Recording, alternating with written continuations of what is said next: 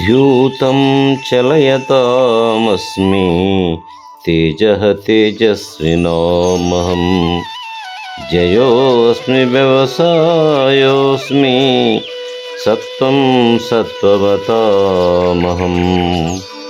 అర్జున, నేను మోసకారుల జూదమును, తేజోవంతుల యొక్క తేజస్సునై ఉన్నాను.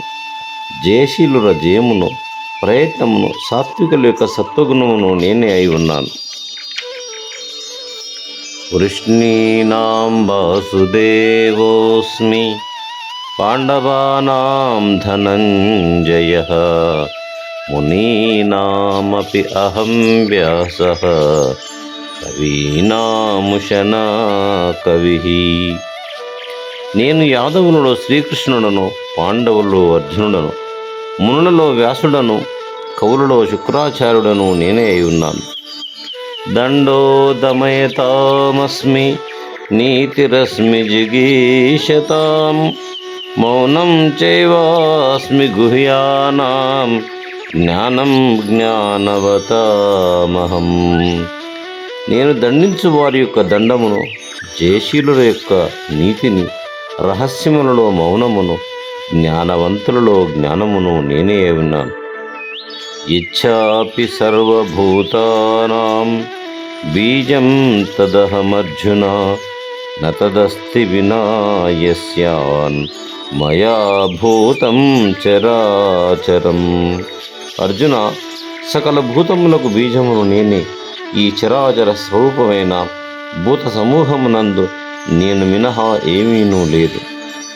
నాంతోస్తి మమ దివ్యానాం విభూతీనాం పరంతప ఏష తు ఉద్దేశతః ప్రోక్తో విభూతేర్విస్తరో మయా. అర్జున, నా యొక్క దివ్య విభూతులకు అంతము లేదు. నా విభూతుల యొక్క ఈ వివరణము సంక్షేపముగా చెప్పబడినది.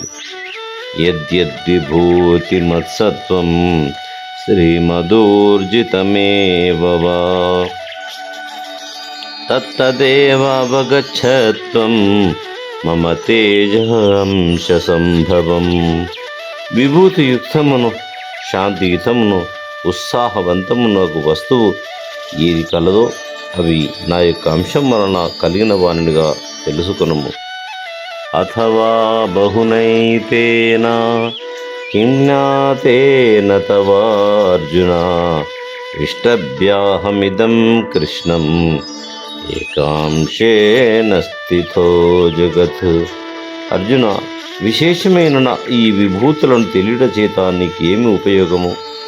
ఈ సమస్త జగత్తును ఒక్క అంశము చేతనే నేను వ్యాపించి ఉన్నాను. ఓం నమో భగవతే వాసుదేవాయ.